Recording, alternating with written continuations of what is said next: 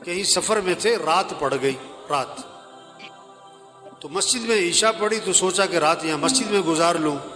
مسجد والوں نے کہا بھی ہم نے مسجد بند کرنی ہے، سب باہر نکل جائیں۔ انہوں نے کہا بھی میں مسافر آدمی ہوں، رات گزارنی ہے۔ اپنا تعارف نہیں کروایا میں کون ہوں۔ انہوں نے کہا نہیں جی یہاں اجازت نہیں ہے۔ تو ایک آدمی وہ تندور پہ روٹی بناتا تھا، پکاتا تھا، تو اس نے دیکھا کہ کوئی بزرگ آدمی ہے، انہوں نے کہا آپ میرے ساتھ چلیں، میرے ساتھ رہیں آپ۔ وہ ساتھ لے گیا۔ اب اس کا چونکہ تندور کا کام، آٹا گوندھ رہا ہے، استغفر اللہ استغفر اللہ استغفر اللہ، روٹی پکا رہا ہے، استغفر اللہ استغفر اللہ، اٹھ رہا ہے، بیٹھ رہا ہے، استغفر اللہ استغفار کی کثرت کر رہا ہے۔ اب امام صاحب بڑے حیران ہوئے کہ یہ بڑا عجیب آدمی ہے، بہت استغفار کر رہا ہے، اس کی زبان پہ استغفار ہی استغفار۔ اس سے پوچھا بھائی یہ تم نے استغفار بہت کیا، کیا اس کے کیا فائدے دیکھے؟ انہوں نے کہا جی میرے بڑے مسائل تھے، جب سے میں نے استغفار کی کثرت شروع کی ہے اللہ نے میرے مسئلے حل کر دیے، اور میں جو مسئلہ آتا ہے اللہ سے مانگتا ہوں اللہ میرا مسئلہ حل کر دیتا ہے، میری دعائیں قبول ہوتی ہیں۔ استغفار کی میں نے یہ فائدہ دیکھا، میری دعائیں بڑی قبول ہوتی، میری ساری دعائیں قبول ہوئی، ایک دعا ابھی تک قبول نہیں ہوئی، باقی ساری قبول ہو گئی۔ وہ کون سی نہیں ہوئی بھائی؟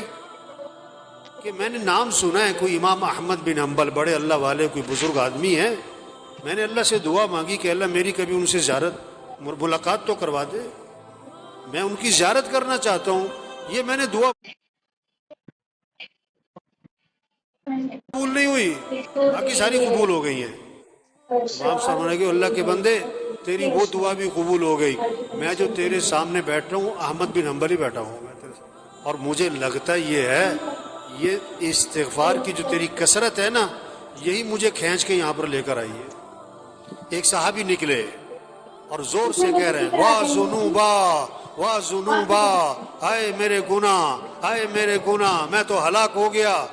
آپ نے فرمایا کیا ہوا؟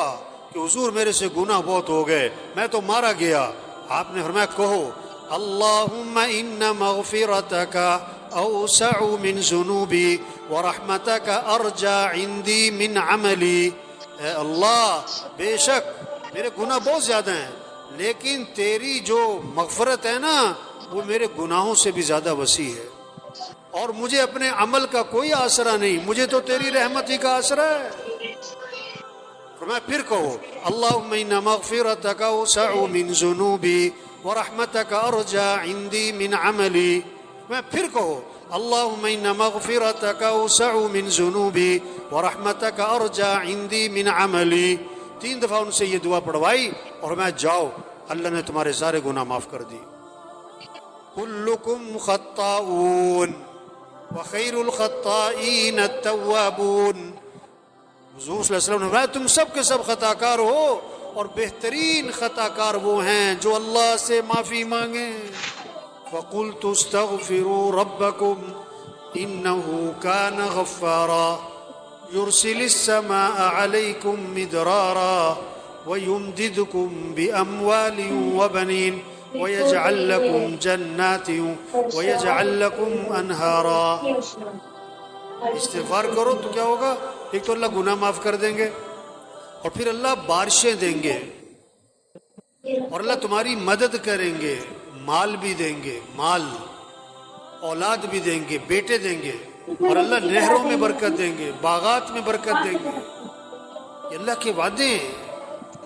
ہمارے مسئلوں کا حل حکومتوں کا بدلنا نہیں ہے، ہمارے مسئلوں کا حل مال کی کثرت نہیں ہے، ہمارے مسئلوں کا حل اسباب کی کثرت نہیں ہے، ہمارے مسئلوں کا حل استغفار ہے، اللہ سے معافی مانگنا ہے، اللہ کے سامنے گڑ گڑانا ہے، اللہ کے سامنے رونا ہے، اللہ کے سامنے تضرع زاری کرنا ہے۔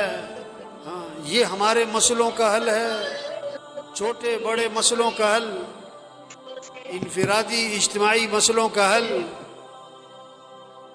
غریبوں کے مالداروں کے مسئلوں کا حل، عوام کے حکمرانوں کے مسئلوں کا حل، استغفار استغفار اللہ سے معافی مانگیں، توبہ کریں، اللہ کے سامنے روئیں، اللہ کے سامنے گڑ گڑائیں، اپنے گناہوں کو چھوڑیں.